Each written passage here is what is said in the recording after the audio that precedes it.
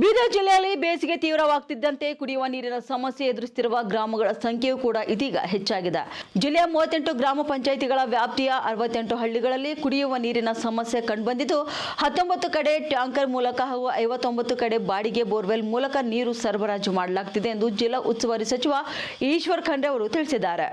ಇನ್ನು ಜಿಲ್ಲಾ ಪಂಚಾಯತ್ ಸಭಾಂಗಣದಲ್ಲಿ ನಡೆದ ಕುಡಿಯುವ ನೀರಿನ ಪರಿಶೀಲನಾ ಸಭೆಯ ಬಳಿಕ ಸುದ್ದಿಗೋಷ್ಠಿ ನಡೆಸಿ ಮಾತನಾಡಿದ ಸಚಿವರು, ಜಿಲ್ಲೆಯಲ್ಲಿ ಎಲ್ಲಿಯೇ ನೀರಿನ ಸಮಸ್ಯೆ ಕಂಡುಬಂದರೂ ಕೂಡ ಅಧಿಕಾರಿಗಳು 24 ಗಂಟೆಗಳೊಳಗೆ ಈ ಸಮಸ್ಯೆಯನ್ನು ಬಗೆಹರಿಸಬೇಕು ಎಂದು ಕಟ್ಟುನಿಟ್ಟಿನ ಸೂಚನೆಯನ್ನು ನೀಡಿದ್ದಾರೆ. ಬೇಸಿಗೆಯಲ್ಲಿ ನೀರಿನ ಸಮಸ್ಯೆ ಎದುರಾಗದಂತೆ ಜಿಲ್ಲೆಗೆ 4 ಕೋಟಿ ರೂಪಾಯಿ ಬಿಡುಗಡೆ ಮಾಡಲಾಗಿದೆ ಎಂದು ಅವರು ತಿಳಿಸಿದ್ದಾರೆ.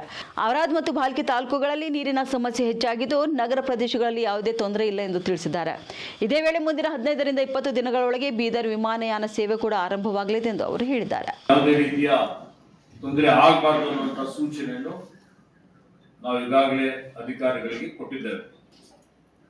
ನಗರದಲ್ಲಿ ಎಲ್ಲಾ ನಗರ ಸ್ಥಳೀಯ ಸಂಸ್ಥೆಗಳಲ್ಲಿ ಕುಡಿಯುವ ನೀರಿನ ತೊಂದರೆ ಇಲ್ಲ.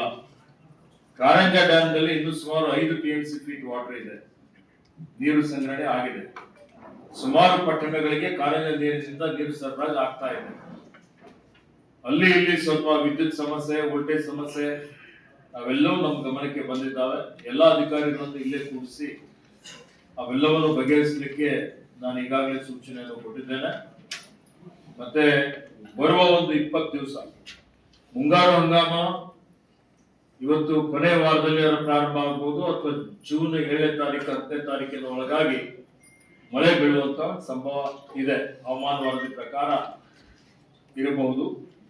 ಹೀಗಾಗಿ ನಾನು ಜೂನ್ 15ನೇ ತಾರೀಕಿನವರೆಗೆ ಈ ಕುಡಿಯುವ ನೀರಿನ ಸಮಸ್ಯೆ ಬಗ್ಗೆ ಈಗಾಗಲೇ ಸನ್ಮಾನ್ಯ ಮುಖ್ಯಮಂತ್ರಿಗಳು ಜಿಲ್ಲಾಧಿಕಾರಿಗಳ, ಮುಖ್ಯ ಕಾರ್ಯನಿರ್ವಾಹಕ ಅಧಿಕಾರಿಗಳ ಸಭೆಯನ್ನು ನಮ್ಮೆಲ್ಲರಿಗೆ ಉಸ್ತುವಾರಿ ಸಚಿವರ ಜೊತೆಯಲ್ಲಿ ಮಾಡಿದ್ದಾರೆ. ನಾನು ಸಹಿತ ಸುಮಾರು 4-5 ಸಲ ಜಿಲ್ಲಾಧಿಕಾರಿಗಳ ಕಚೇರಿಯಲ್ಲಿ, ಮುಖ್ಯ ಕಾರ್ಯನಿರ್ವಹಣಾಧಿಕಾರಿಗಳ ಕಚೇರಿಯಲ್ಲಿ ಪ್ರಗತಿ ಪರಿಶೀಲನೆ ಸಭೆಯನ್ನು ಮಾಡಿದ್ದೇವೆ. ಮತ್ತೆ ಈಗಾಗಲೇ ಕ್ರಮಗಳನ್ನು ನಾವು ತೆಗೆದುಕೊಂಡಿದ್ದೇವೆ. ರಾಜ್ಯ ಸರ್ಕಾರದಲ್ಲಿ ಕುಡಿಯುವ ನೀರಿಗಾಗಿ ಹಣಕಾಸಿನ ಯಾವುದೇ ರೀತಿಯ ಕೊರತೆ ಇಲ್ಲ. ರಾಜ್ಯ ಸರ್ಕಾರ ಈಗಾಗಲೇ 4 ಕೋಟಿ ರೂಪಾಯಿ ಅನುದಾನ ಕುಡಿಯುವ ನೀರಿಗಾಗಿ ಬಿಡುಗಡೆ ಮಾಡಿದೆ.